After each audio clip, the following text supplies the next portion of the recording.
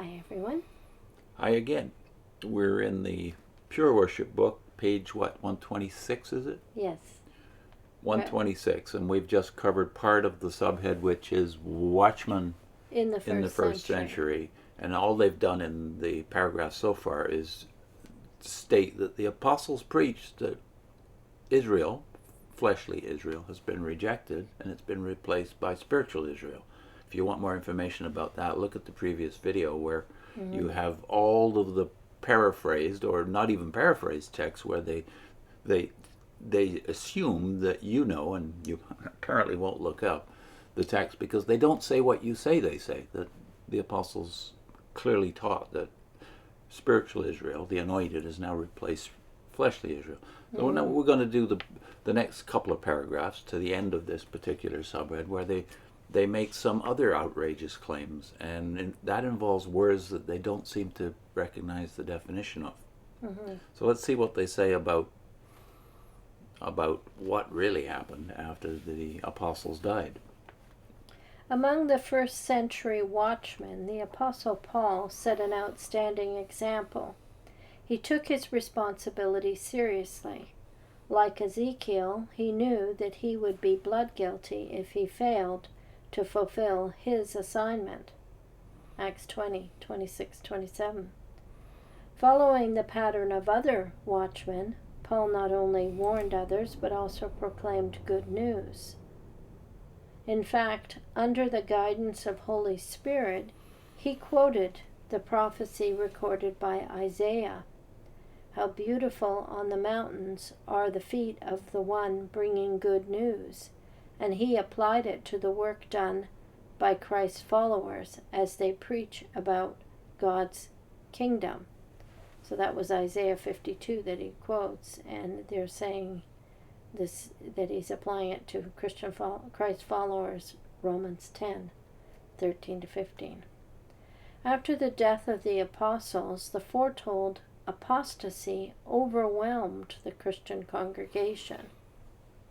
During a long growing period, weed-like counterfeit Christians outnumbered loyal wheat-like followers of Christ, and the clear message about God's kingdom was clouded over by false teachings. However, when the time approached for Jehovah to intervene in human affairs, he once again expressed his love and justice by appointing watchmen to sound a clear warning and to announce good news. Who proved to be such watchmen? I'm going to be reading from the screen, so if I look distracted, it's because I'm looking past the camera to the screen. What's the first thing I want to say about all of this is that, again, they're using text. They cite the text but don't quote them. Yeah. And even if you look them up, you realize a lot of the ideas are inserted in by you in these paragraphs, which are actually not there in the text. But because you're going to, if you look at the text at all, you're going to be looking for those ideas. Of course, you're going to find them, or at least a suggestion of them. So again, Paul is not called a watchman. He's called an apostle. Yeah. Now, what's the difference between an apostle and a disciple? Yeah, apostle is defined as sent one. Disciples is defined as learners. So you have it, though, of course, in your organization that the watchmen are really the anointed ones, but they're sending you. So how does the analogy of prophets and apostles fit this picture that you want to paint of present responsibilities and even blood guilt if you don't do what you're supposed to do as a good Jehovah's Witness? Well, apostle in the first century was a very small number of men. Not necessarily just 12, but people like Paul, who's not one of the 12, and Barnabas and Silas and a few others. They were the ones that were publicly preaching. They were actually assigned to do something. Just as the prophets in the Old Testament that we know the names of, let's say the three big ones in the exile era, Jeremiah, Ezekiel, and Daniel, you know the names of these men because they had outstanding gifts and outstanding assignments, and God cleared the way for them to carry through those assignments. So I would say the comparison too is that the Israelites were not all called prophets. There was a prophet that was assigned to them, and they were Israelites. Yeah. And all those prophets had individual assignments. For instance, Mhm. Daniel was in the court of Nebuchadnezzar. Ezekiel was with the Babylon exile community by the river Kebar. Mhm. And Jeremiah was still in Jerusalem. They all have different assignments. They're not organized in the sense that you recognize. And there's no hierarchy. Yeah, and they throw in here something else to plant an idea in your head. Blood guilt.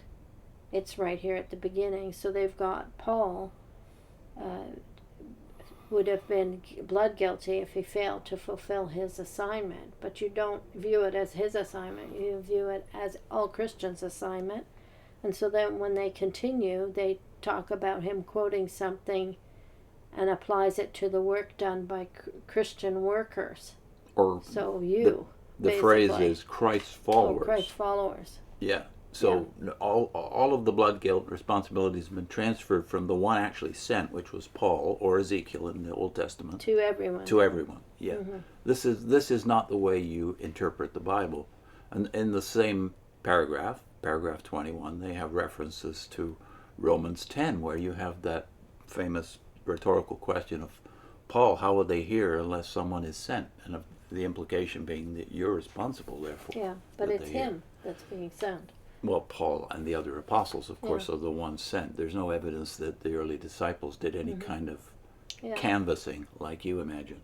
And I think a good scripture to reflect on, too, is Ephesians 4. Because they're not all the same. Yeah.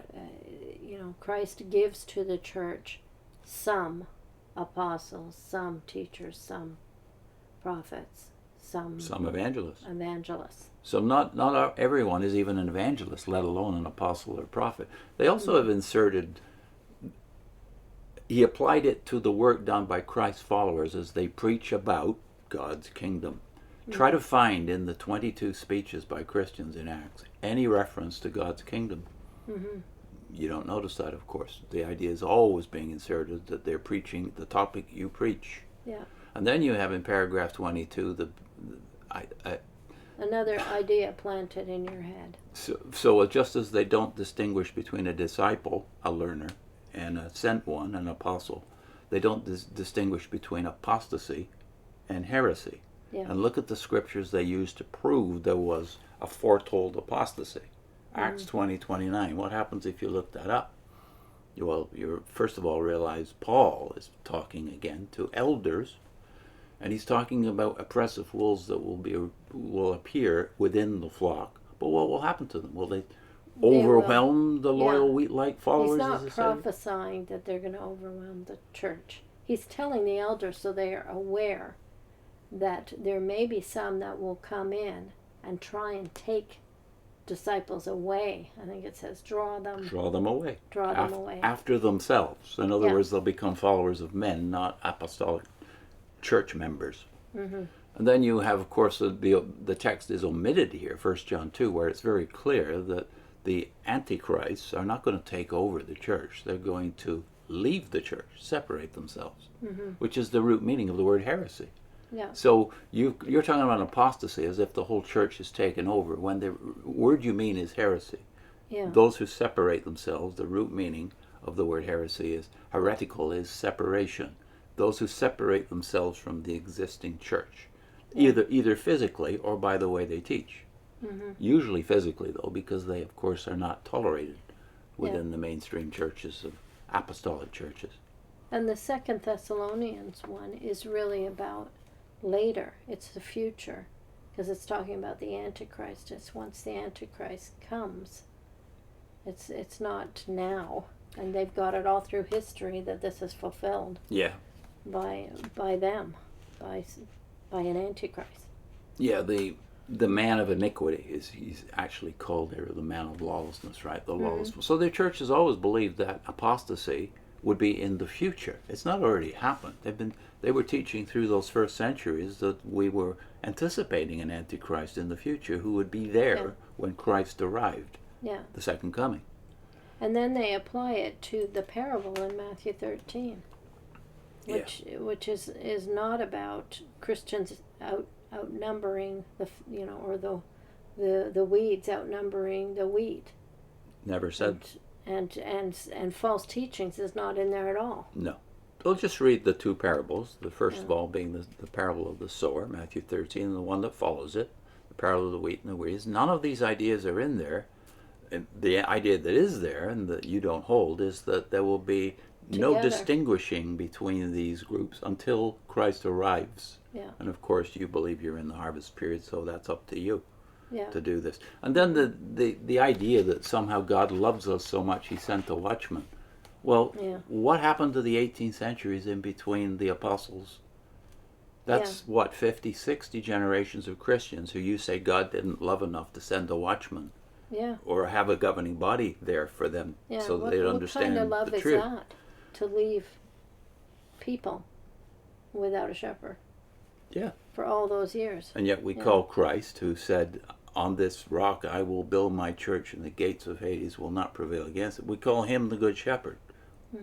Don't hesitate at all. But what Yeah. was he doing all those centuries? Well, and then you say, well, there were a few people during those centuries but do you know who they are? And when you even cite the names like John Wycliffe or Luther or And try and apply Or them to Tyndale. yourselves, but you can't do that because they don't believe what you believe. yeah, They don't teach what you teach. check out any of the men that you give some honor to in the 18th centuries up until you came along, and you'll find out they don't believe the set of teachings that you believe as a Jehovah's Witness. In other words, God wasn't using them because by that logic, Christendom Well, today they could certainly weren't used Jehovah's by God. Witnesses. Yeah. Yeah. What's our link? We're linking to the first of a series we did on Matthew 13 parables. And it's, was there an apostasy? The Watchtower myth. So that's the first of four that First are of just four. about the two parables, Yeah. and we're going to link the playlist too, right? Which Why JW org will fall and the church will stand. mm. Yeah. See you next time. Mm-hmm.